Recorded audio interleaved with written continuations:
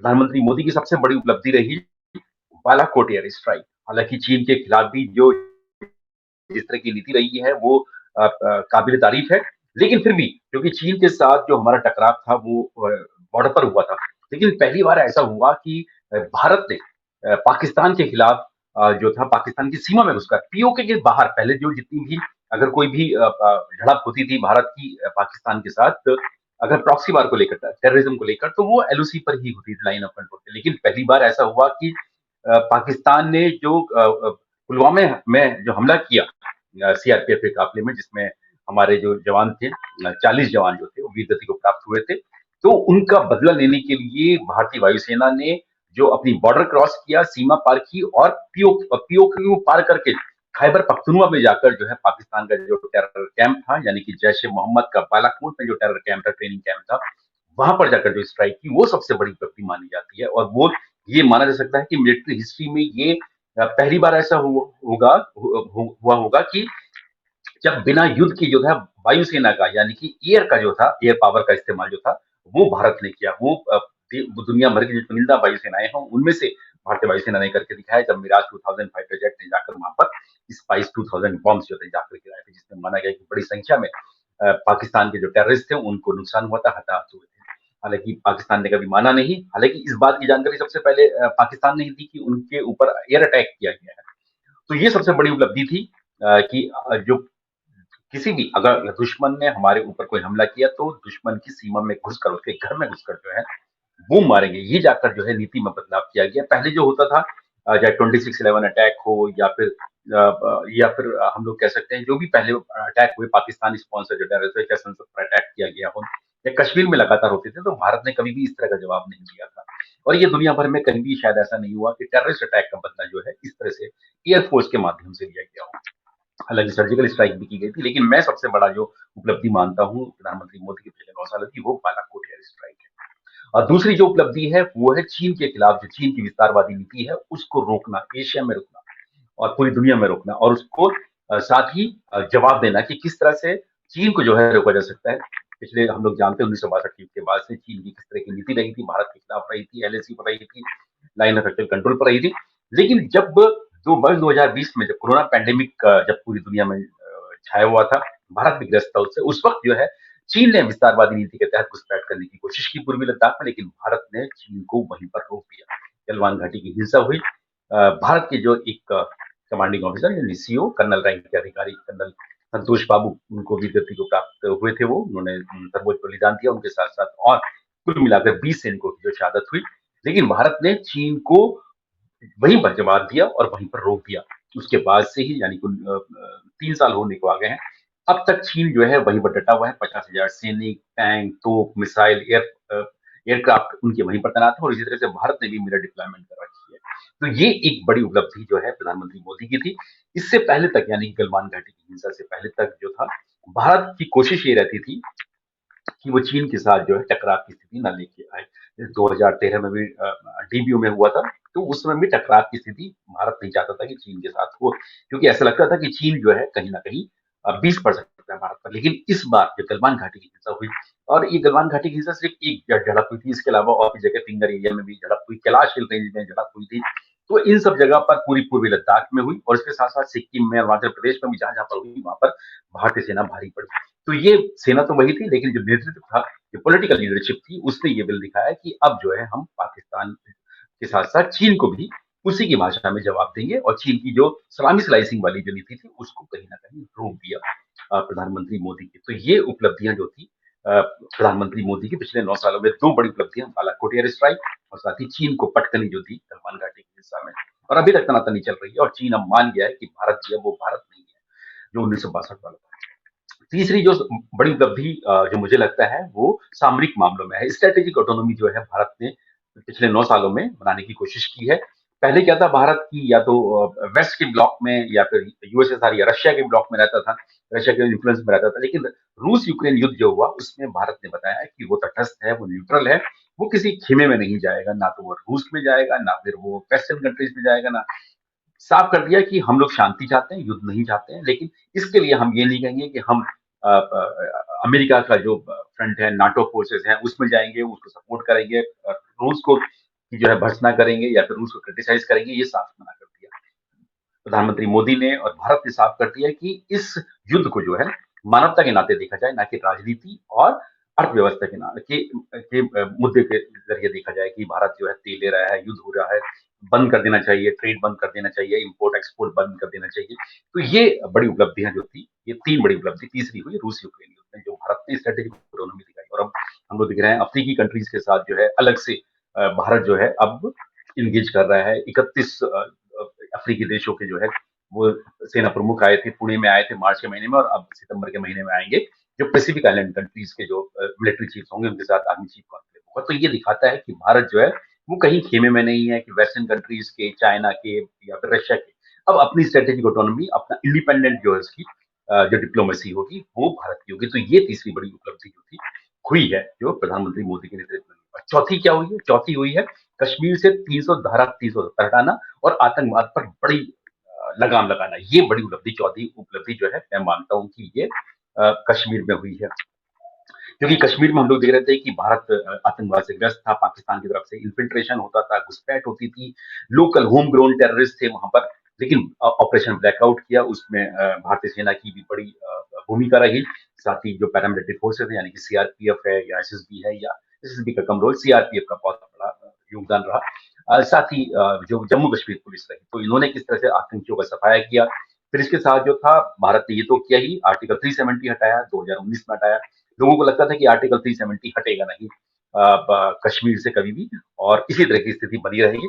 लेकिन प्रधानमंत्री मोदी ने और भारतीय सेना ने करके दिखाया कि धारा 370 हटाई, और उसके बाद जो स्थिति थी उसको भी काबू में रखा। उसके बाद से पत्थरबाजी की घटनाएं जो लगातार होती थी 2016 से 2010 में, बुरहान वानी की एनकाउंटर के बाद से, उन पर पूरी तरह से जो था अब हम लोग देखते हैं कोई घटना नहीं होती है वहां पर पत्थरबाजी की। टेररिस्ट भी बहुत कम हो गए हैं वहां पर, टेररिस्ट को न्यूट्रलाइज कर दिया गया, मार दिया गया, उनके गढ़ जो खत्म कर दिए गए।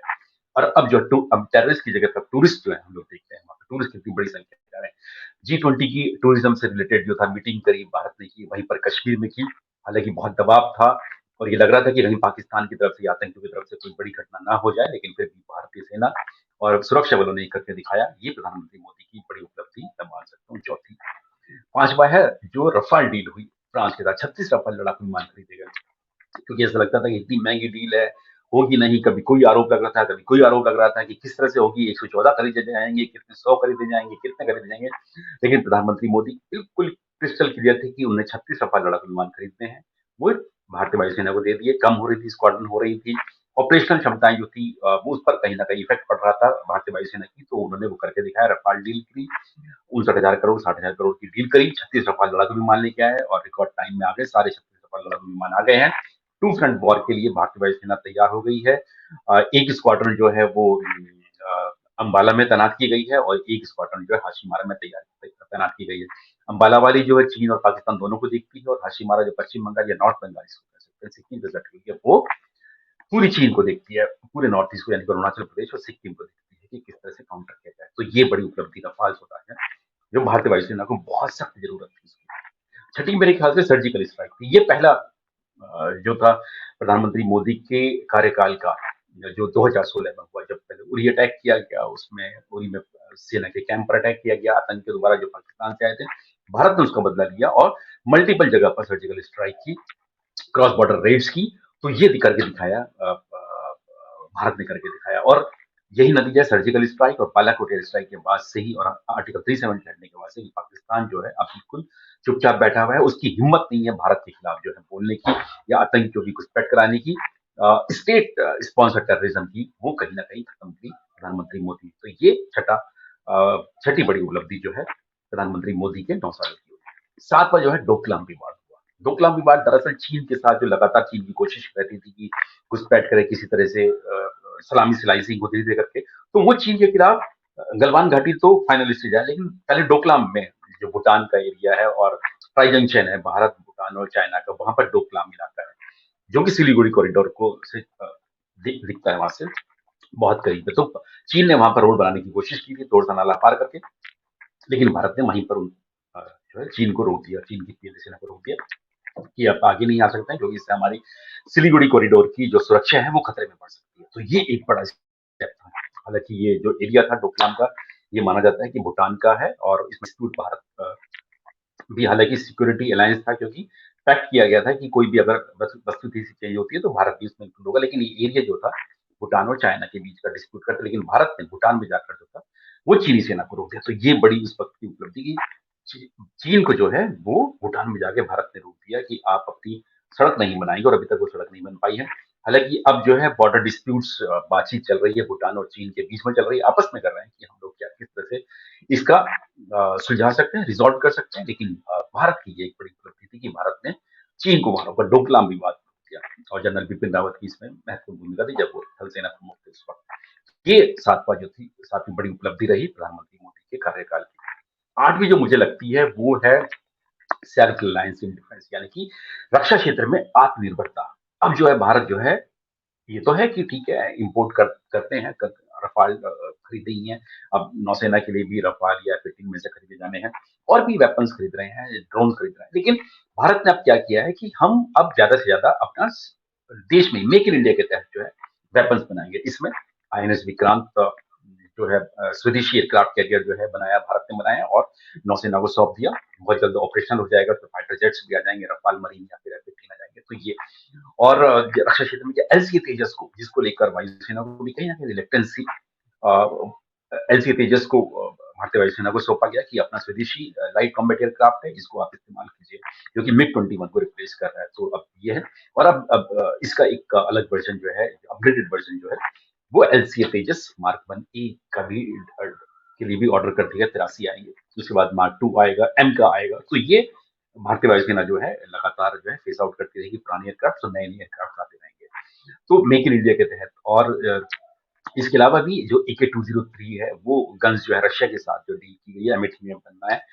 अमेठी में प्लांट में जो है ओएफपी का, पुरानी ओएफपी ऑर्डिनेंस फैक्ट्री बोर्ड है, वहां पर बनेंगी। तो ये रक्षा क्षेत्र में और भी जो नेगेटिव रिस्क हम लोग देख रहे हैं, 300-400 जो छोटे छोटे स्पेयर पार्ट्स हैं, आर्टिलरी गन्स हैं, और भी बहुत सारी चीजें, ड्रोन्स हैं, इन सबको अब इम्पोर्ट नहीं करेगा भारत ने, साफ कर दिया निगेटिव रिस्क लाकर। और अब जो है इनको मेक इन इंडिया के तहत बनाया जाएगा। जो एयरक्राफ्ट, ट्रांसपोर्ट एयरक्राफ्ट, जो एब्रो रिप्लेसमेंट एयरक्राफ्ट है, जो भारत ने एयरबस के साथ किया है, डील की है, तो उसमें वो बड़ोदरा में जो प्लांट लगाया जाएगा, जिसमें भारतीय वायुसेना के लिए जो है वो transport aircraft, medium lift transport aircraft जो है वो बन रहे हैं। तो ये इस तरह से मेक इन इंडिया के तहत, अगर आपको खरीदना भी है तो आपको शेल्फ से जो खरीदना वाला जो स्थिति है वो कम हो गई है। अब शेल्फ से भी खरीदी जाएंगी कि जरूरत है, और उसके अलावा जो आप बड़ी कंपनियां जो हैं या दूसरे देश जो हैं, अमेरिका, फ्रांस, इस तरह के, वो भारत में आके, रशिया, वो सब भारत में आके अपने प्लांट लगाएंगे, और यहीं पर मेक इन इंडिया के तहत हथियार बनाए जाएंगे। अब जैसे बात चल रही है कि जो एलसीए के ही जो इंजन है, ये इंजन जो है अब जो है भारत ने साफ कर दिया कि खरीदेंगे नहीं सीधा अमेरिका से। जीई जो एविएशन कंपनी है उसके साथ जो 414 इंजन है जीई का, उसके लिए यहीं पर यानी कि इंडिया में ही प्लांट लगाया जाएगा, क्योंकि भारत को बहुत ज्यादा जरूरत है। 83, तो ये मार्क 1, एलसी मार्क 1 है। इसके बाद फिर मार्क 2 आ रहा है, जो MWF जिसको कहते हैं, मीडियम वेट फाइटर कहते हैं। उसके बाद फिर एम का आ रहा है। तो इन सब के लिए भी इंजन की जरूरत है। तो भारत ने साफ कर दिया कि आप यहाँ आइए, तभी हम लोग ये आगे बढ़ेगी, डील बढ़ेगी। तो ये माना जा रहा है कि अमेरिका भी तैयार है लगभग। जैसे ही प्रधानमंत्री मोदी की जून में यात्रा होगी, तो हो सकता है इसमें अनाउंसमेंट कुछ हो सकता है कि भारत में ये इंजन बनाए जाएंगे। तो इंजन बनाने वाली एयरक्राफ्ट तो बहुत दुनिया भर में जो कंपनी बनाती है, देश बनाती है, लेकिन इंजन जो है बहुत कम देश और बहुत कम कंपनियां जो है बनाती है।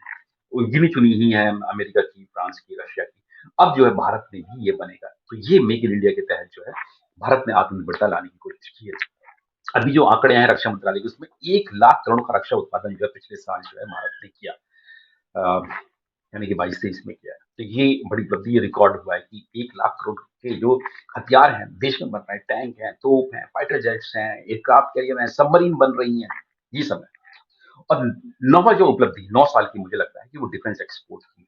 भारत जो है अब निकल के आ गया, कि जो पहले दुनिया का जानते हैं कि सबसे बड़ा आयातक देश था हथियारों का। अभी भी जो सिफरी की रिपोर्ट आती है उसमें भी टॉप में आता है, 1 और 2 में सऊदी अरेबिया और भारत में से। लेकिन भारत ने कहा कि अब हम जो हथियार बनाएंगे हम इसको एक्सपोर्ट भी करेंगे। पहले भारत बहुत हिचकता था कि कहीं हमारे हथियारों का गलत इस्तेमाल ना हो जाए, किसी गलत देश के हाथ में ना चला जाए, कहीं हमारे खिलाफ इस्तेमाल ना हो जाए। तो वो भारत अब उस छवि से बाहर आ गया। हम एक्सपोर्ट करेंगे अपने हथियारों को, अपने आप तो आत्मनिर्भर बनेंगे ही, जो अपने मित्र देश होंगे उनको भी हथियार सप्लाई करेंगे। तो उसमें पहली कड़ी में ब्रह्मोस मिसाइल दी गई है, फिलीपींस को दे दी गई है। और भी देशों से बातचीत चल रही है, वियतनाम से भी बात चल रही है कि उनको भी कुछ हथियार चाहिए। एलसीए तेजस को भी एक्सपोर्ट करने की बात चल रही है।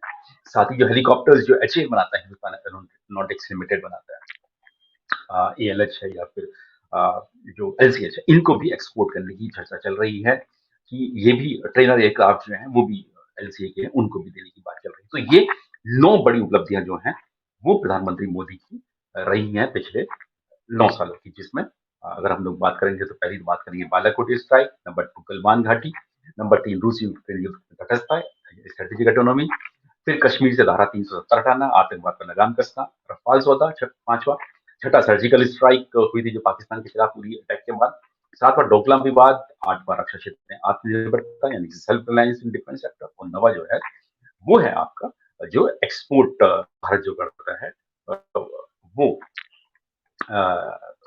ने जो शुरुआत की है कि अब हम लोग डिफेंस एक्सपोर्ट करेंगे। तो ये 9 बड़ी उपलब्धियां पिछले 9 सालों की प्रधानमंत्री मोदी की रही है, जो मुझे लगता है और आगे भी मुझे लगता है कि भारत की जो चाहे वो थल सेना, वायुसेना, नौसेना हो, उनकी जो उपलब्धियां या इंटरनल सिक्योरिटी भी हम करें, नक्सलवाद पे बहुत बड़ी लगाम लगाई है प्रधानमंत्री मोदी के पिछले 9 साल के दौरान कार्यकाल में। तो आगे भी हम लोग देखेंगे। इस तरह से भारत जो है एक कह सकते हैं कि एक वर्ल्ड पावर की तरह जो है उभर के सामने आएगा, दुनिया के सामने आएगा, जिसकी अपनी खुद की डिप्लोमेसी होगी, खुद की अपनी मिलिट्री पावर होगी अपनी और स्ट्रेटेजिक ऑटोनॉमी होगी। धन्यवाद।